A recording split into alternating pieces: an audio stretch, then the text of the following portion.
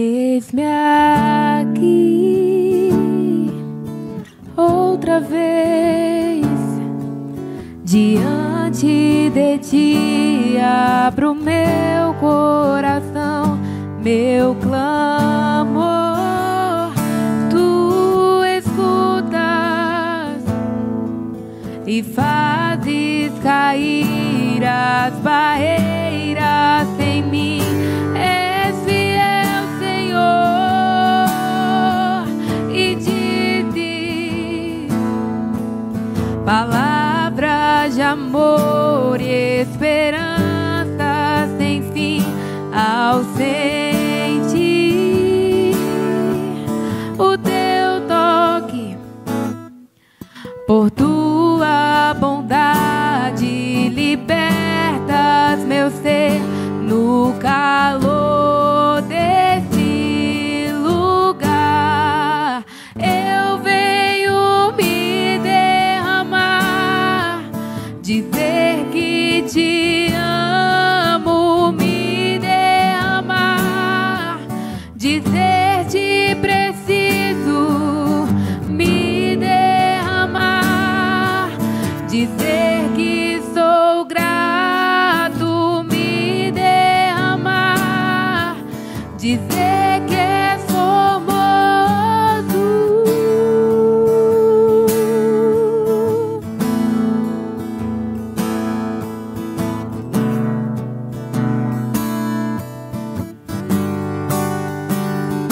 Eis-me aqui outra vez diante de ti, abro meu coração, meu clamor, tu escutas e fazes cair as barreiras em mim. És fiel, Senhor, e dizes palavras de amor, esperança sem fim ao sentir o teu toque. Por tua bondade libertas meu ser no calor deste lugar. Eu venho me derramar, dizer que te amo, me derramar, dizer te preciso, me derramar, dizer que sou grato, me derramar, dizer que és formoso, me derramar, dizer que te amo, me derramar, dizer te preciso, me derramar, dizer que sou grato, me derramar, dizer que és formoso.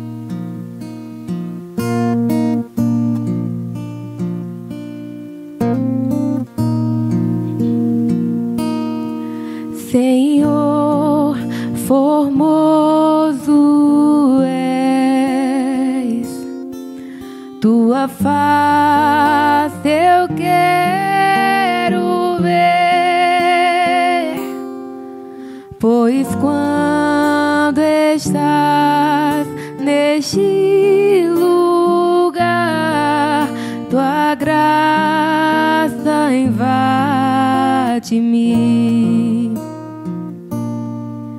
Senhor, formoso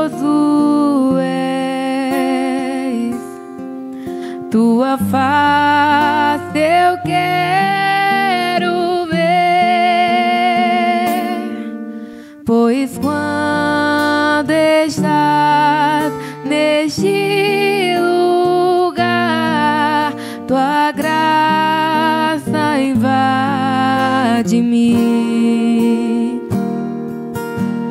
Acende a chama, ó Pai, que uma vez brilhou. Vem limpar, brilhar, resplandecer o meu primeiro amor. Acende a chama, ó Pai, que uma vez brilhou. Vem limpar, brilhar, resplandecer o meu primeiro amor.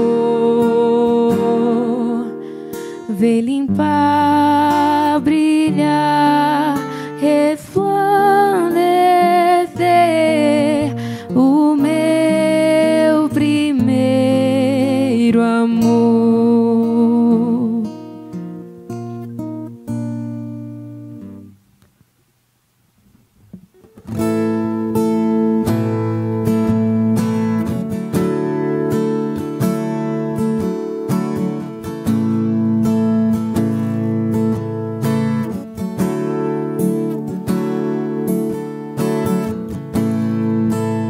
Digno dessa canção, só tu és, Senhor. Digno do meu louvor, só tu és, Senhor. Digno da minha vida, tu és, Senhor. Oh, eu sou teu.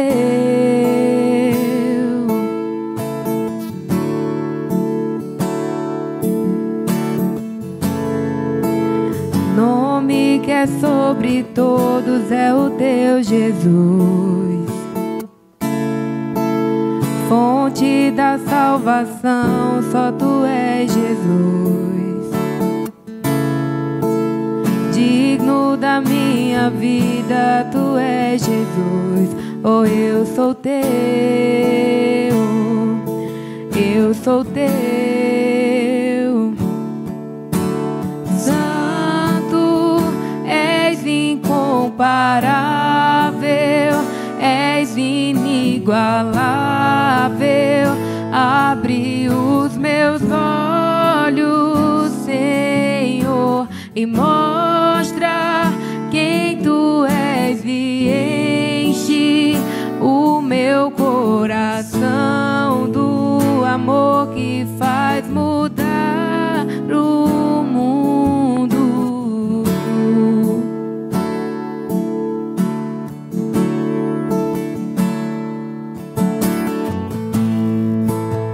Digno dessa canção, só tu és, Senhor. Digno do meu louvor, só tu és, Senhor. Digno da minha vida, tu és, Senhor. Oh, eu sou teu.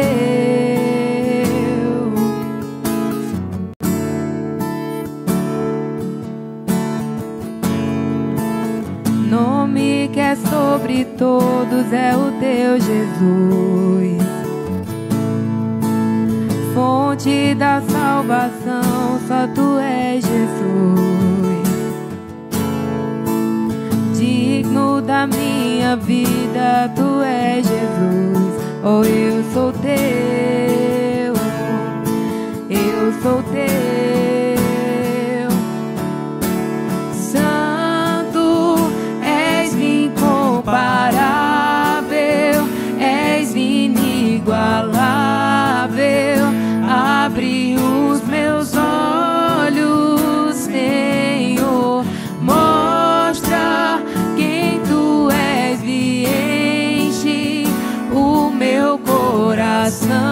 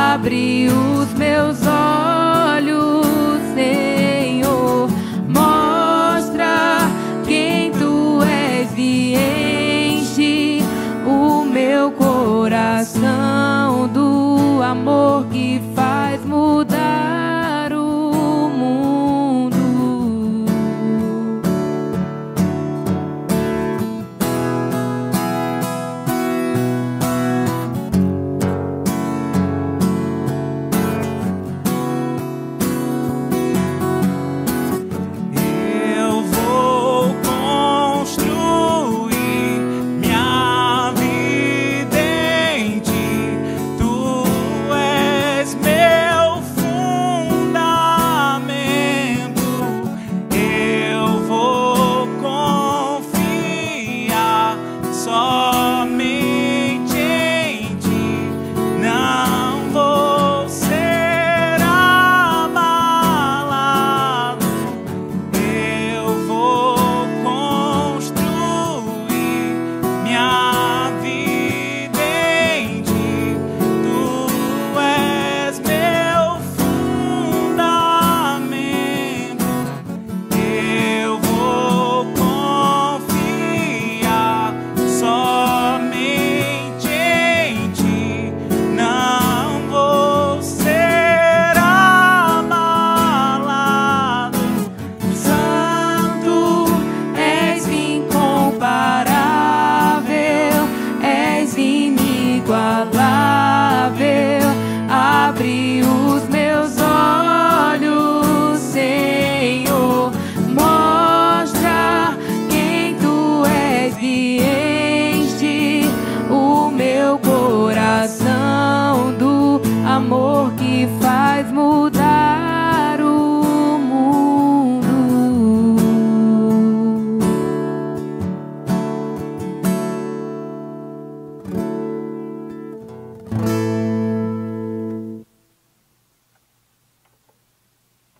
Olá, eu sou Flávio Ramos, diretor do Movimento Perspectivas Brasil. Que bom que você chegou aqui. Nós oramos por você. Nosso coração se alegra e celebra.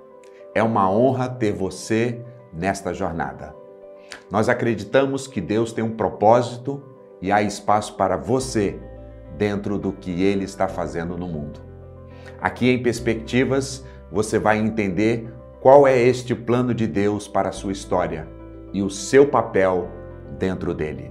Desejamos um excelente curso e que os desdobramentos deste curso toquem todas as esferas da sua vida e reverberem de forma direta na sua paixão por Jesus e por sua glória.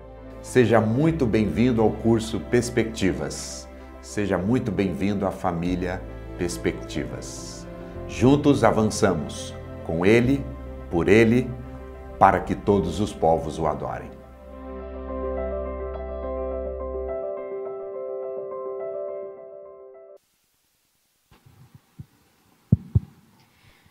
Graça e paz, amados. Vamos ficar de pé, vamos orar. Vamos colocar aqui diante de Deus tudo que vai acontecer em prol do seu reino. Vamos orar? Paizinho amado, louvado, exaltado é sempre o teu nome, Pai. Pai, nós queremos te agradecer pelo grande privilégio de estar aqui diante de ti. E diante de ti, Pai, nós colocamos cada vida, cada um que vai se colocar à disposição do teu reino. Queremos te pedir, Pai, por cada aluno, por cada instrutor, Senhor, que o Senhor reine, que o Senhor conduza, Pai. Obrigado, Deus, porque esse projeto nasceu no teu coração, porque essa obra é tua, Pai. E tudo que o Senhor quer é que todos os povos te adorem, Pai, em espírito e em verdade. Abençoa tudo que hora vai acontecer, Deus. Torna nossas mentes cativas a tua palavra, a ministração. E eu te peço, Pai, de forma muito especial pela vida do pastor Paulo César, que o Senhor ministre ao seu coração e que alcance a cada um que aqui está. Abençoa, Deus, tudo que vai ser feito, porque tudo que vai ser feito vai ser para o teu reino, Deus. E nós glorificamos o teu nome, nós já te agradecemos por tudo que o Senhor já tem feito até aqui, por tudo que o Senhor ainda vai fazer. Porque tu és o Senhor da obra. Obrigado, Deus, continua conosco. Nós te oramos, nós te agradecemos, no nome que está acima de todo nome, o nome de Jesus. Amém. Pastor Paulo.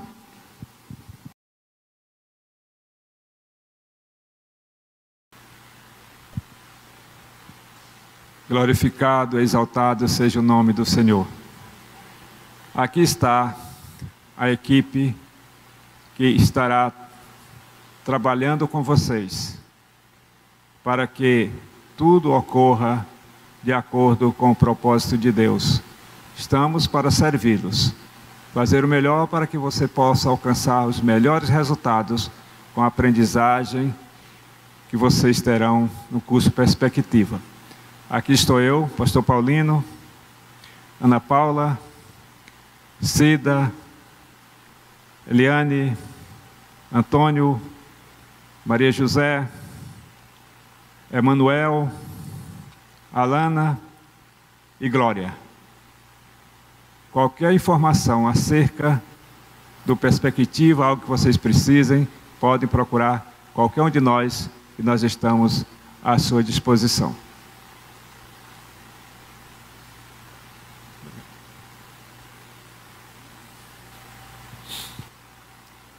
Aqui nós temos a família Perspectiva, não é? Com mais de 800 mil pessoas fazendo parte dessa família. E você está aqui porque nós oramos por você. Queremos agora conhecer a turma de alunos. Pedimos que os alunos venham aqui à frente, os alunos que já estão matriculados.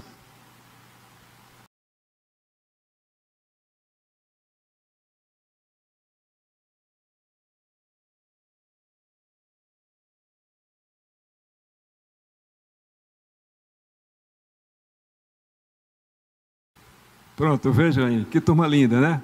Turma linda. Sejam bem-vindos, em nome de Deus, à turma Perspectiva. Esse conjunto, aliás, esse curso que vai fazer uma diferença enorme na vida de cada um. Cada um de nós, cada um de vocês, serão o antes e o depois de Perspectiva. Aqui estou eu, fruto desse trabalho.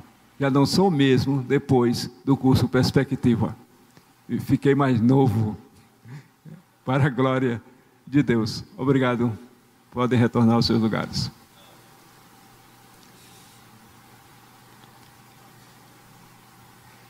Só corrigindo, mais de 800 voluntários em todo o Brasil. Nesse momento está acontecendo mais de 80 turmas no Brasil. Um terço dessa turma está na região Nordeste. E repito, nós oramos por você. Estamos orando a cada dia, por cada um de vocês, pelos alunos, pela igreja e pelos instrutores.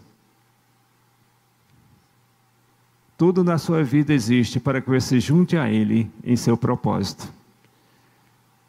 A Perspectiva foi fundado em 1974, a partir da reunião de Lausanne, de missões em Lausanne, no ano de 74. E nós temos aí o testemunho de algumas pessoas, alguns expoentes. Billy Graham diz: eu não conheço outro curso capaz de informar, inspirar e motivar cristãos igual ao Perspectiva. Perspectiva vai aquecer o seu coração. Que alegria ter você aqui na nossa aula inaugural. A gente quer deixar o seu coração ainda mais aquecido para o início dessa jornada, te lembrando que além de todo o conteúdo maravilhoso das 2 lições, você também vai destravar no evangelismo. Isso mesmo. A cada aula você vai receber orientações para fazer do evangelismo um hábito na sua vida e não apenas um momento. Você vai aprender o que não é evangelismo, como compartilhar o seu testemunho pessoal, como começar conversas espirituais, como convidar alguém para ler a Bíblia com você e muito mais. Com certeza, você e muitas pessoas ao seu redor serão transformadas. Você vai viver a alegria de compartilhar Jesus com ousadia e a gente mal pode esperar para que tudo isso comece a acontecer. Vamos juntos?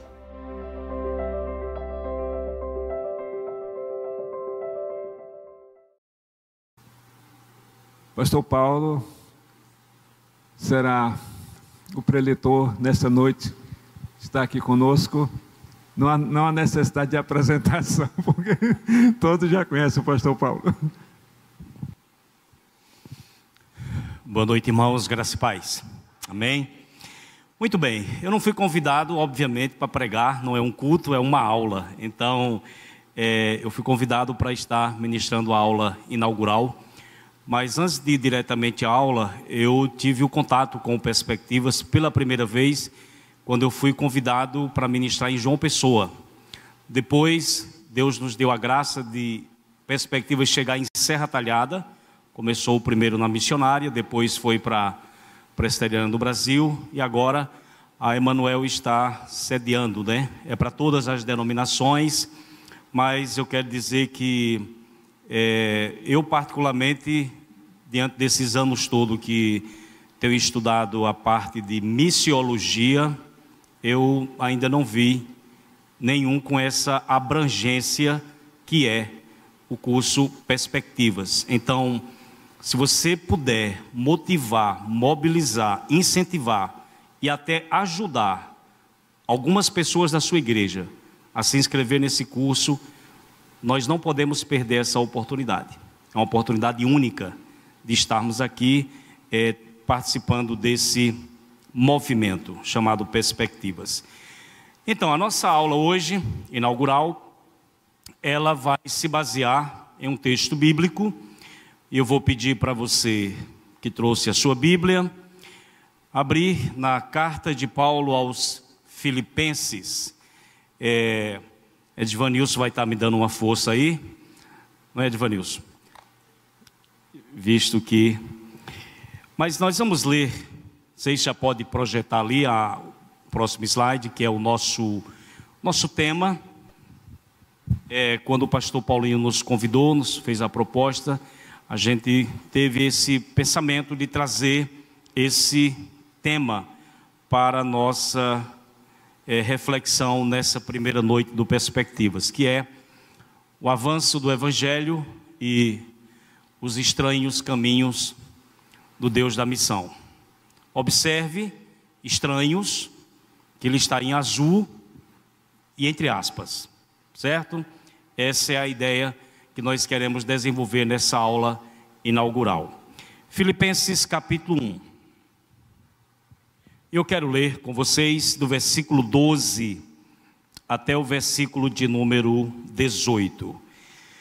Filipenses 1:12 diz: quero ainda, irmãos, certificar-vos de que as coisas que me aconteceram têm antes contribuído para o progresso do Evangelho.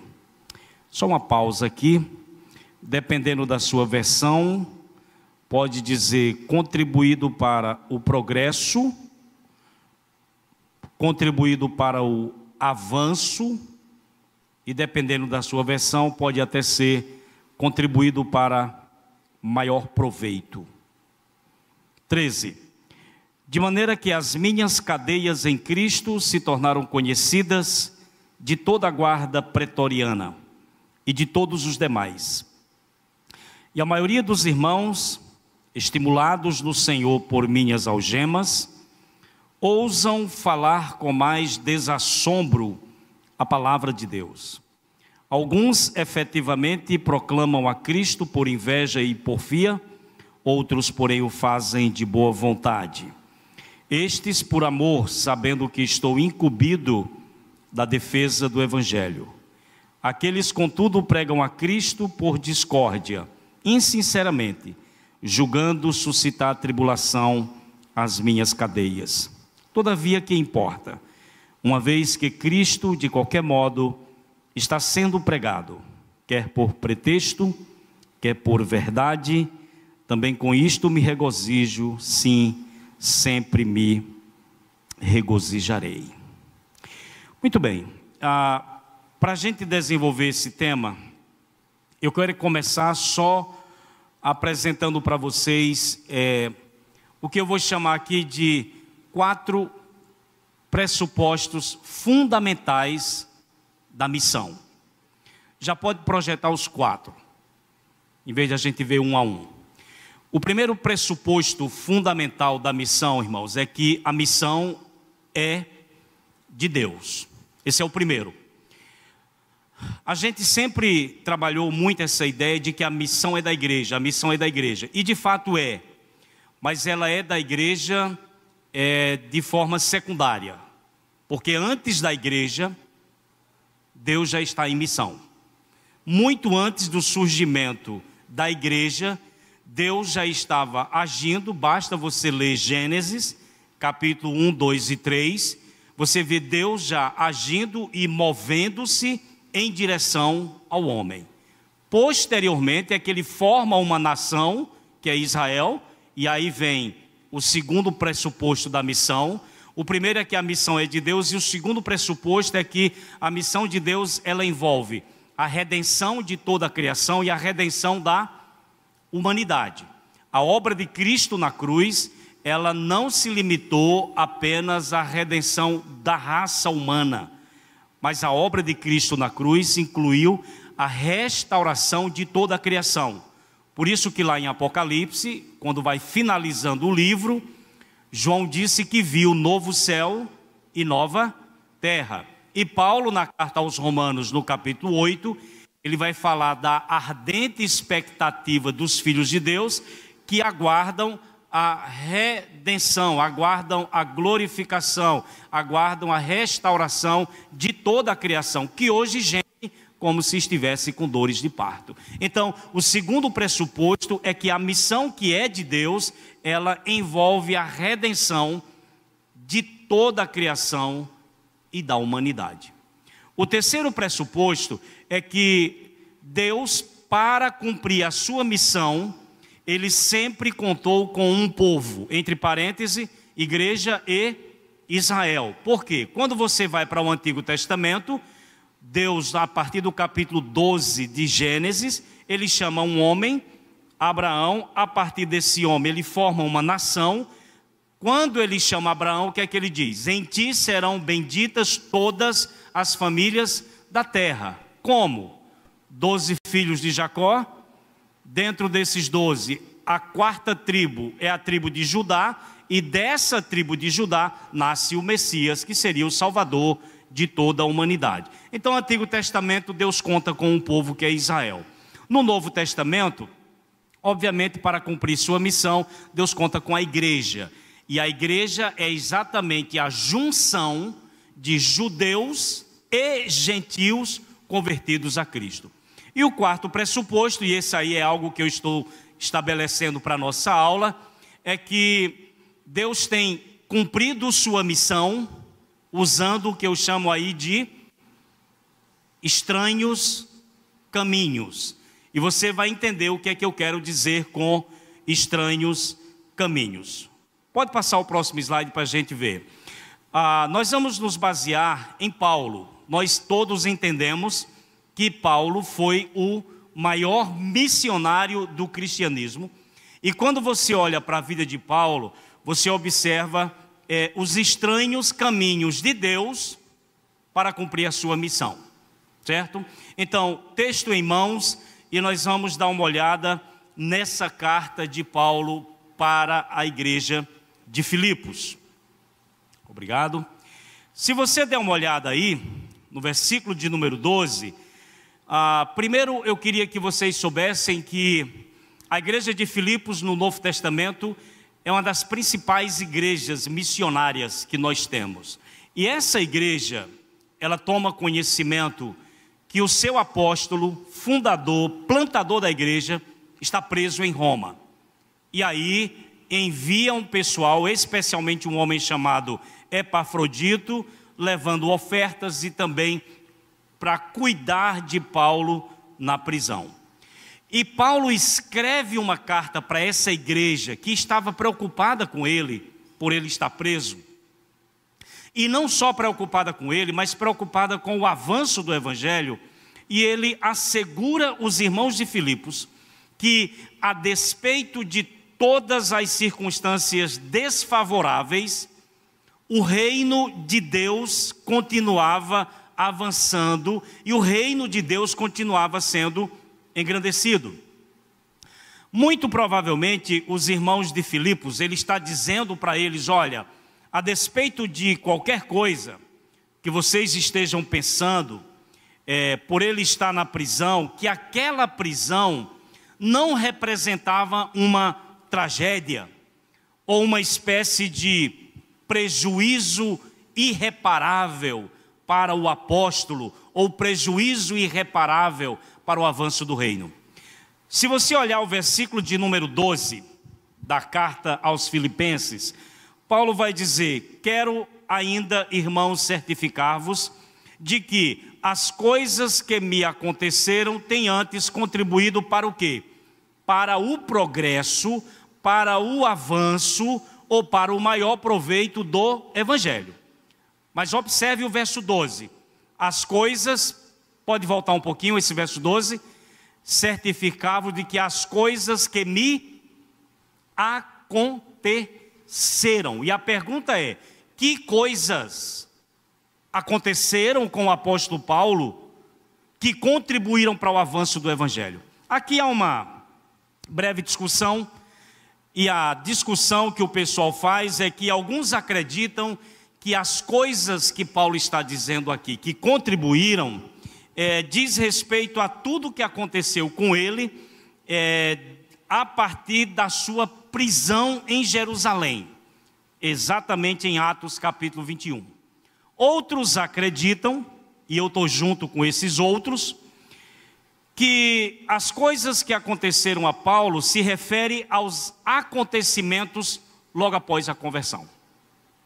Então eu vou pedir para projetar aqui, ponto a ponto, quais foram essas coisas que aconteceram com Paulo, que contribuíram para o avanço do Evangelho. Primeiro, a gente já leu esse texto, pode passar, por favor. Que coisas contribuíram para o avanço do Evangelho? Vamos lá. Primeiro, em Atos 9, Paulo, logo após a conversão, foi perseguido e ameaçado de morte aonde? Em Damasco. Próximo. Rejeitado e visto com desconfiança na igreja de Jerusalém. Ele chega lá, o pessoal diz: será que esse cara se converteu mesmo? E ninguém queria se aproximar dele. Próximo. Em Atos 14, você tem Paulo apedrejado e arrastado como morto na cidade de Listra. Próximo. Atos 16, Paulo foi preso e açoitado com varas na cidade de Filipos. Próximo. Atos 17, ele foi açoitado e expulso de Tessalônica e Bereia pelos judeus. Tudo isso são as coisas que Paulo disse que me aconteceram. Próximo. Alvo de zombaria e escárnio em Atenas. Quando ele termina de pregar ali no Areópago, ele foi alvo disso aí. Próximo. No 18, alvo de oposição e da blasfêmia dos judeus em Corinto. Alvo da calúnia de judeus e de um motim promovido por Demétrio em Éfeso. Próximo. Preso em Jerusalém e alvo de acusações caluniosas por parte dos judeus. Até agora, vocês não estão vendo acontecer nada assim tão agradável, né? Então são os estranhos caminhos de Deus na vida desse apóstolo. E por fim, aqui, o que aconteceu? Ele foi mantido preso ilegalmente durante 2 anos na cidade de Cesareia.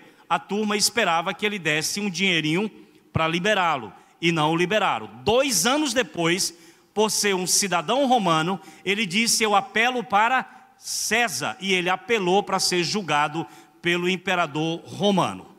E para lá ele foi. Próximo tópico. Ele foi enviado como prisioneiro para onde? Para Roma. E aí, para dizer assim, rapaz, que coisa, no percurso, o que foi que ele sofreu? Um naufrágio, quase morreu todo mundo, mas Deus disse que preservaria.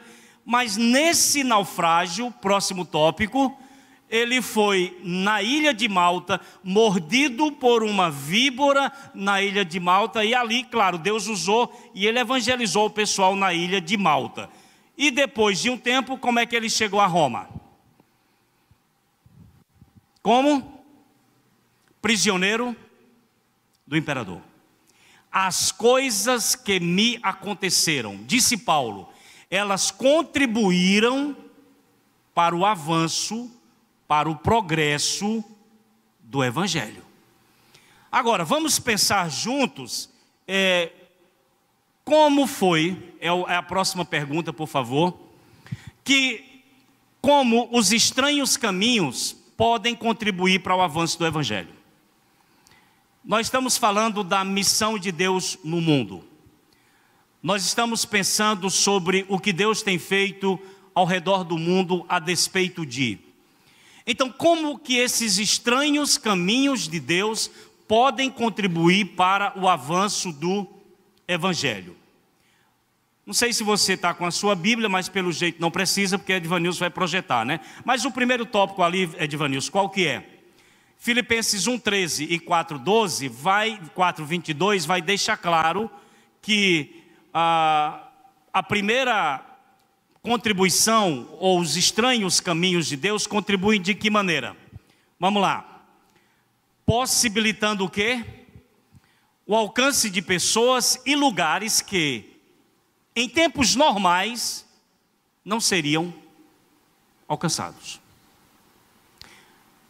Enquanto Paulo esteve livre, enquanto Paulo estava em liberdade, ele plantou igrejas em diversas províncias do Império Romano. Ele plantou igrejas na Galácia, ele plantou igrejas na Macedônia, ele plantou igrejas, além de na Macedônia, ele plantou igrejas na Acaia e ele plantou igreja na Ásia. E agora ele estava onde? Preso em Roma. E aí alguém poderia pensar, preso em Roma, ele havia perdido a sua liberdade, o seu direito de ir e vir, de viajar, de ir para lugares plantar igrejas, então acabou. Mas olha para o versículo de número 13 de Filipenses capítulo 1. Se puder projetar, melhor para nós. Ele vai dizer o seguinte, se você quiser acompanhar na sua Bíblia, também pode. Ele vai dizer, de maneira que as minhas cadeias em Cristo se tornaram conhecidas de quem? De quem, irmãos? Da guarda pretoriana e de todos os demais. Ora, o que era a guarda pretoriana? A guarda pretoriana era simplesmente a tropa de elite do exército romano. Eram exatamente os soldados selecionados de todo o Império Romano, onde tinha pelotões. Eles selecionavam os mais bem preparados soldados para fazer a guarda imperial, e um dos trabalhos da guarda pretoriana era guardar os prisioneiros do imperador. E Paulo estava em Roma como um prisioneiro de César. Então ele estava sendo guardado por soldados da guarda pretoriana. Se você ler, não precisa projetar, Atos capítulo 28, quando Paulo chegou preso em Roma, ele ficou preso numa prisão domiciliar, uma casa que ele alugara, e ali ele estava preso. E como era que os soldados ficavam? Os soldados da guarda pretoriana, presos a Paulo por uma corrente de aproximadamente 45 centímetros. Cada soldado ficava um turno de 6 horas. E alguém sabe quanto tempo Paulo ficou preso em Roma nessa casa? 2 anos. Pessoal da matemática, nos ajude aí pelo menos a pensar. Durante 2 anos, cada dia passava ali junto com Paulo 4 soldados da guarda pretoriana. Cada soldado que chegava certamente queria saber o que dele. Por que você está preso? Ele só precisava dessa pergunta. E a partir dessa pergunta, ele contava toda a história e obviamente evangelizava. Irmãos, 4 soldados por dia, durante 2 anos, dá uma pancada. Então o cara evangeliza preso toda a guarda pretoriana, que em tempos normais, Paulo não teria a oportunidade de evangelizar os pretorianos. Ora, eu disse para vocês que os soldados da guarda pretoriana, eles eram da guarda imperial. Então eles tinham acesso a quem? ao pessoal do palácio. Então, no capítulo 4 de Filipenses, quando Paulo manda saudações para a igreja dos Filipenses, no capítulo 4, versículo 22, olha o que é que está escrito na saudação. Todos os santos vos saúdam, especialmente quem? Os da casa de César. Quem eram os da casa de César? Eram exatamente aqueles que faziam parte do palácio e que, através dos soldados da guarda pretoriana, ouviram o evangelho aonde? Dentro do palácio imperial. Então é nesse aspecto que ele está dizendo, olha, as coisas que me aconteceram, não se preocupem, porque elas contribuíram para o avanço do evangelho. Então, por causa da prisão, guardas pretorianos são evangelizados e o evangelho entra no palácio dos Césares. E eles são alcançados. Vocês estão percebendo o movimento de Deus no mundo, fazendo com que os estranhos caminhos pelos quais Ele nos faz trilhar, faz com que esse evangelho avance. Então, irmãos, a gente pode dizer aqui de forma clara, a partir disso que Paulo colocou aqui, que o evangelho de Cristo, ele não pode ser algemado. Simplesmente não pode. Aqui nós vimos que o apóstolo Paulo estava preso, mas o evangelho estava livre.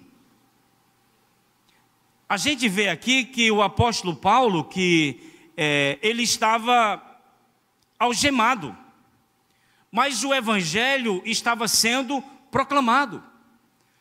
O apóstolo da graça, ele estava detido, mas o evangelho da graça estava sendo anunciado.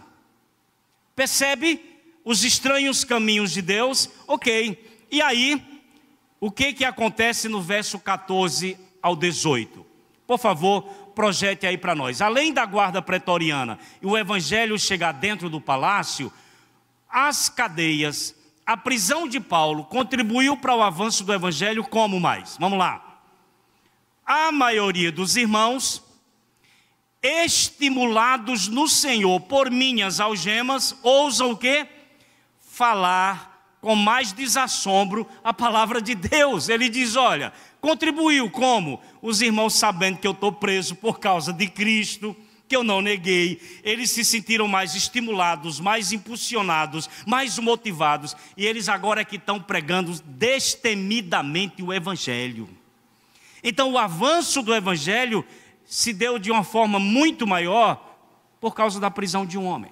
Agora, é óbvio que essa turma aí, Edvanilson, essa turma aqui que pregava com desassombro, tinha uma turma que pregava pelos motivos corretos, no verso de número 15. Alguns efetivamente proclamam a Cristo, por quê? Por inveja, e pregam a Cristo por porfia, ou seja, por rivalidade. Ou seja, tinha gente estimulada a pregar o evangelho pelos motivos errados, mas estavam pregando. Ora, outros, porém, pregavam como? De boa vontade. Próximo. Estes por amor, sabendo que eu estou incumbido da defesa do... Ou seja, esses irmãos estimulados que pregam por boa vontade, eles fazem isso movidos pelo amor. Agora, verso 17. Aqueles, contudo, pregam a Cristo como? Por discórdia, insinceramente, julgando suscitar tribulação às minhas cadeias, ou seja, querendo piorar a minha vida. Eu já estou preso e os caras ainda estão pregando, querendo me prejudicar mais ainda. Mas aí ele fecha dizendo o quê? Verso 18. Todavia, que importa? O que importa se eles estão pregando de boa vontade, por amor? O que importa se eles estão pregando por inveja ou por rivalidade? O que importa? Ele diz, uma vez que Cristo de qualquer modo está sendo pregado, quer por pretexto, quer por verdade, também com isso me regozijo e sempre me regozijarei. Então percebam que Paulo consegue enxergar que tudo aquilo que havia acontecido na vida dele estava contribuindo, irmãos, para o avanço do Evangelho. O segundo tópico, ainda pensando nos estranhos caminhos de Deus, o segundo tópico vai dizer, baseado em Atos, e aí vocês podem, Edvanil já pode preparar o texto de Atos 28, mas os estranhos caminhos de Deus pelos quais Paulo percorreu foi transformando as adversidades em quê? Em oportunidades. Irmãos, com a graça de Deus, o apóstolo Paulo, ele foi capaz de transformar as adversidades em oportunidades para contribuir com o avanço do Evangelho. Novamente, ele estava preso. Em liberdade, ele viajava incansavelmente pelas províncias do Império Romano, plantando igrejas, treinando líderes e revitalizando igrejas, em liberdade. Mas agora, na prisão, encarcerado, ele não deixou de produzir no reino de Deus. Há uma tendência nossa de esperar as coisas melhorarem para produzir. Paulo entendia que é possível você pegar as adversidades e transformar isso em oportunidades e produzir no reino de Deus, contribuir para o avanço do Evangelho, mesmo em tempos de adversidades. Se você observar, durante esse tempo que Paulo esteve preso nessa prisão domiciliar em Roma, sabe o que foi que ele fez, irmãos? Ele simplesmente transformou a prisão numa base missionária. O cara transformou a casa onde ele estava preso em um centro de pregação do Evangelho. Por favor, Edvanilson, projeta aí para a gente Atos de número 28, verso 16. O texto diz: uma vez em Roma, foi permitido a Paulo morar por sua conta, tendo em sua companhia quem? O soldado que o guardava. A gente já falou sobre ele. Agora vai lá para o verso 30 e 31. Por 2 anos, observe, 2 anos, permaneceu Paulo em sua própria casa que alugara, onde o quê? Recebia a todos que o procuravam e pregando o reino de Deus e com toda a intrepidez, sem impedimento algum. O caba estava preso, mas sem impedimento algum, ele ensinava as coisas referente ao Senhor Jesus. Então o cara está preso e transforma a prisão numa base e num centro de pregação do Evangelho. E ele faz isso por 2 anos, tanto com judeus como com todos aqueles que o procuravam. Percebe que ele consegue transformar as adversidades em oportunidades. E aqui, irmãos, nesse tempo que ele estava aí, ele gerou filhos espirituais. Se você já leu uma carta bem pequenininha que tem no Novo Testamento, chamada Carta de Filemon, o apóstolo Paulo diz para Filemon: solicito-te em favor de meu filho Onésimo, que gerei entre algemas. Ou seja, eu estou pedindo a você, Filemon, em favor do meu filho na fé, Onésimo, que eu gerei esse menino quando eu estava preso. Quem era Onésimo? Um escravo fugitivo, que pela lei romana, o seu senhor tinha direito agora. Ele tinha causado sérios prejuízos ao seu senhor Filemon, e a lei romana dava a Filemon alguns direitos, por exemplo, de espancar o seu servo, de torturar o seu servo e até matar o seu servo. Mas na prisão, ele conhece o apóstolo Paulo, Paulo prega o Evangelho, aí Paulo manda o menino de volta e diz: olha, ele era para você inútil, mas agora eu estou mandando ele para você melhor do que o que você deixou ele sair. Mas ele está voltando como alguém útil, receba ele como seu irmão amado. Percebe o que é transformar adversidades e oportunidades. Então lá ele evangeliza, lá ele gera filhos, e ele fez algo, irmãos, na prisão, que tem abençoado a igreja durante gerações. Nessa noite, por exemplo, exatamente no dia 5 de agosto de 2024, na Igreja Batista Manuel de Serra Talhada, nós estamos sendo abençoados por Paulo. Como? Foi durante os 2 anos de prisão que ele escreveu Efésios, Filipenses, Colossenses e Filemon. E essas cartas que ele escreveu têm abençoado a igreja ao longo dos séculos, inclusive tem abençoado a nossa geração. Através dessas cartas, irmãos, Paulo pastoreou igrejas. As cartas de Paulo eram o que tinha de mais moderno na época. Era ensino à distância. Era o EAD da época. Ele escreve cartas para pastorear a igreja. Ele doutrinou e fortaleceu crentes através dessas cartas. Ele combateu falsos mestres e falsos ensinos. Ele cuidou da saúde da igreja, ele revitalizou igrejas enfraquecidas, ele pastoreou pastores e ele abençoou gerações de cristãos em todas as épocas, inclusive em nosso tempo. Mas ele fez tudo isso aonde? Na prisão. É nesse aspecto que ele está dizendo, olha, nada pode deter o avanço do Evangelho. Eu quero caminhar para o final. Meu tempo está acabando, eu nem olhei, pastor, mas acho que meu tempo já está encerrando. Mas eu quero pedir para projetar 2 textos.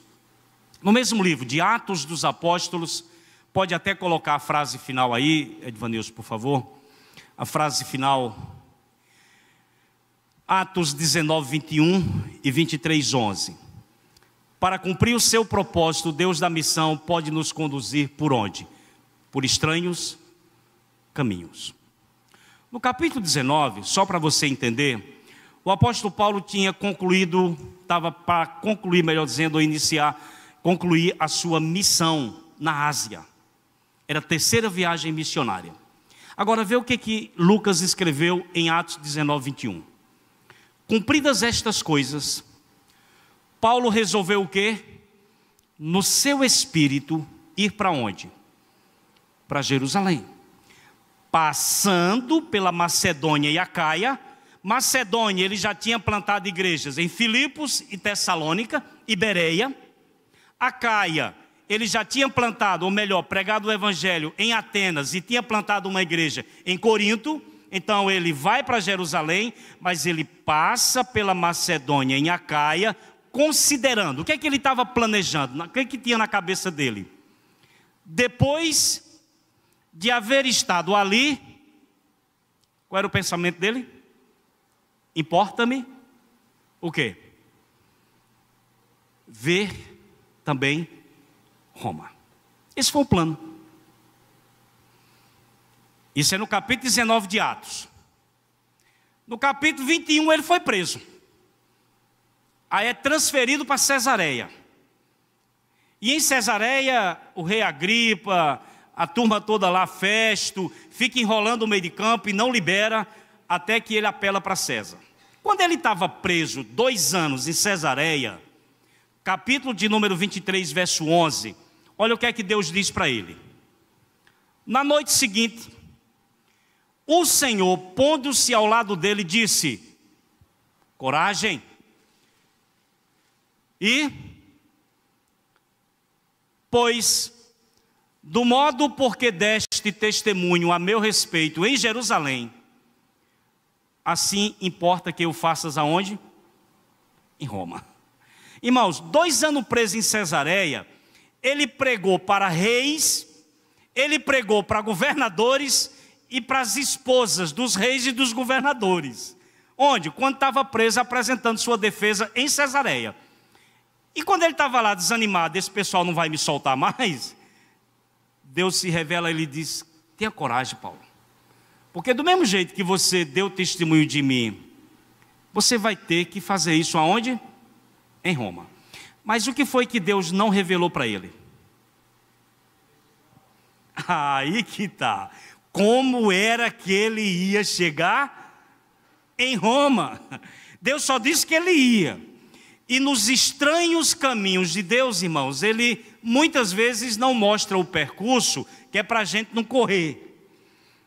Ele só diz, você vai chegar lá, viu? Você vai testemunhar de mim lá.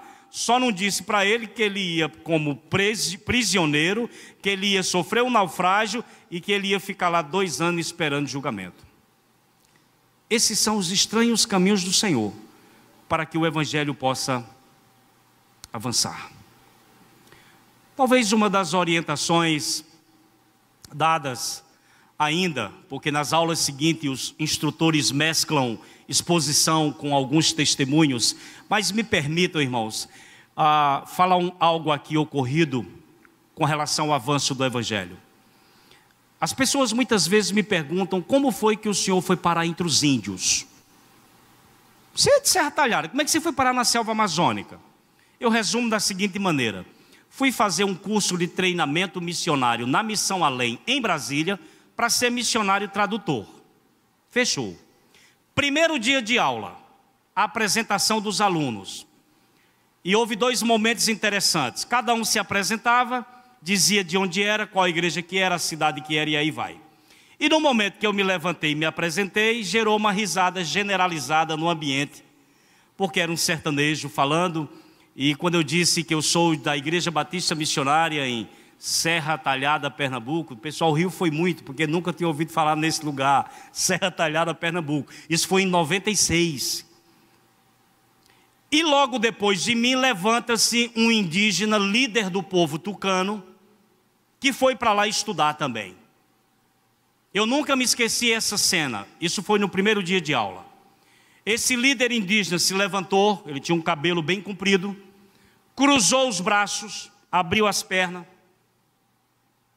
e falou: eu sou Álvaro Tucano, sou um crítico aos missionários e eu vim aqui estudar linguística para ajudar o meu povo.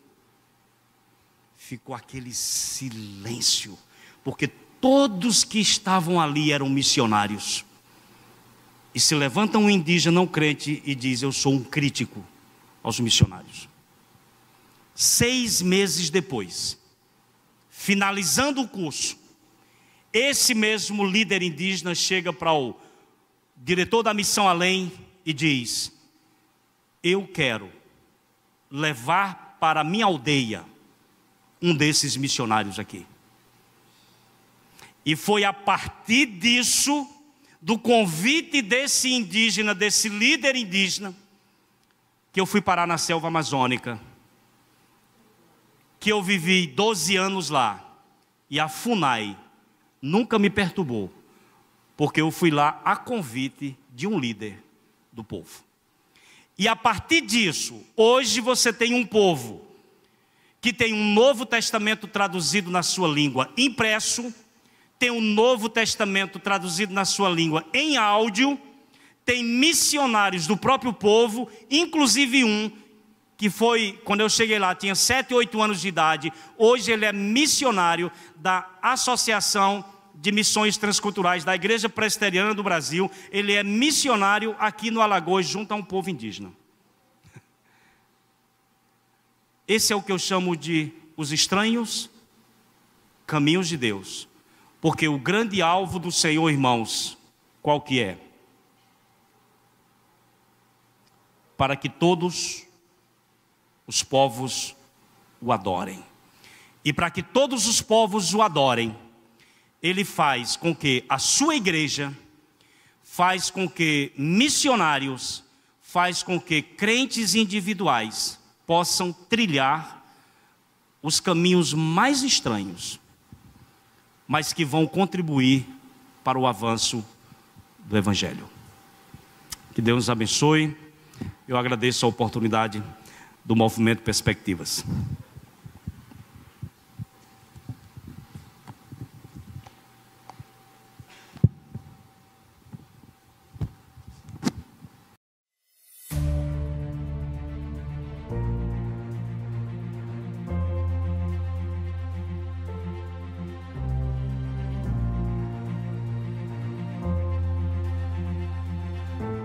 liderança do Brasil. Eu quero convocar você para fazer o curso Perspectivas. Sabe o que vai acontecer? Sua vida vai mudar para melhor. Cremos que Deus está se movendo no mundo. E essa é uma grande oportunidade de nos engajarmos nesse movimento de Deus. O movimento Perspectivas, ele é sensacional. Ele surge como um instrumento abençoador de capacitação e despertamento. Perspectivas é um movimento internacional e interdenominacional que une cristãos no propósito de pensar e potencializar o seu envolvimento na tarefa de glorificar a Deus entre todos os povos. Olha, realmente não dá para você ficar de fora. O curso Perspectivas tem sido uma bênção para várias pessoas aqui do Brasil. Esse movimento Perspectivas é uma ferramenta muito útil que tem sido colocada à nossa disposição. E pensando como igreja, não pensando numa denominação específica, não pensando numa placa, mas pensando na igreja invisível do Senhor Jesus. Se envolva, porque nós vamos completar a obra que Deus nos confiou. Participe desse grande movimento cristão mundial e descubra qual é o seu papel estratégico no propósito global de Deus. Quer conferir? Faça Perspectivas e depois me conta.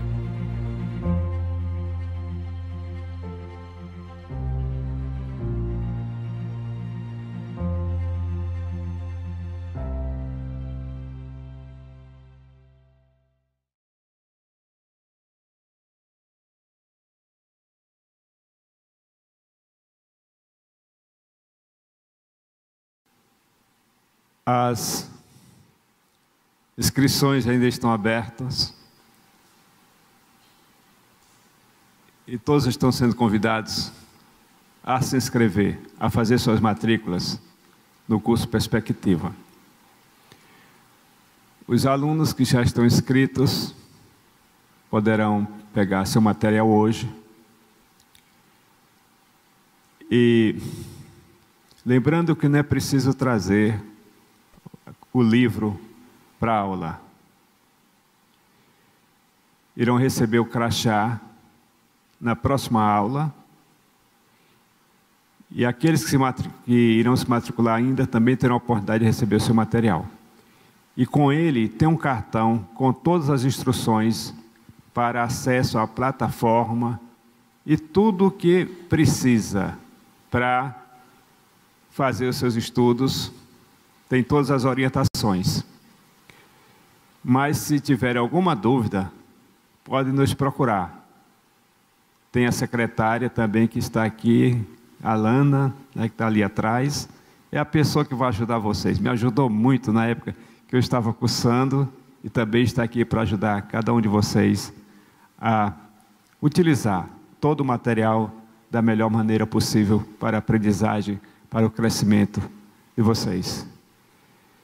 A nossa gratidão ao pastor Paulo, que sempre está pronto para servir ao Senhor e servir ao Perspectiva. Eu tenho observado isso, o empenho dele, o quanto ele gosta também do Perspectiva.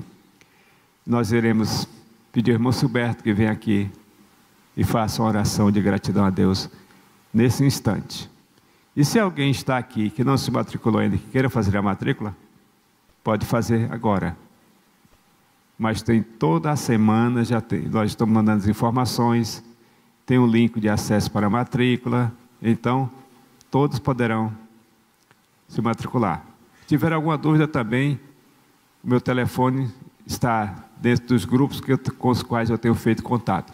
Tenho mandado informação para todo o Pajeú, para os pastores daqui de Serra Talhada, para os pastores, para a Ordem dos Pastores, também para o grupo de WhatsApp da Associação Alto Pajeú. Então, todo mundo está informado, todo mundo está sabendo o que está acontecendo aqui hoje, né? Não foi por falta de aviso que nós estamos aqui.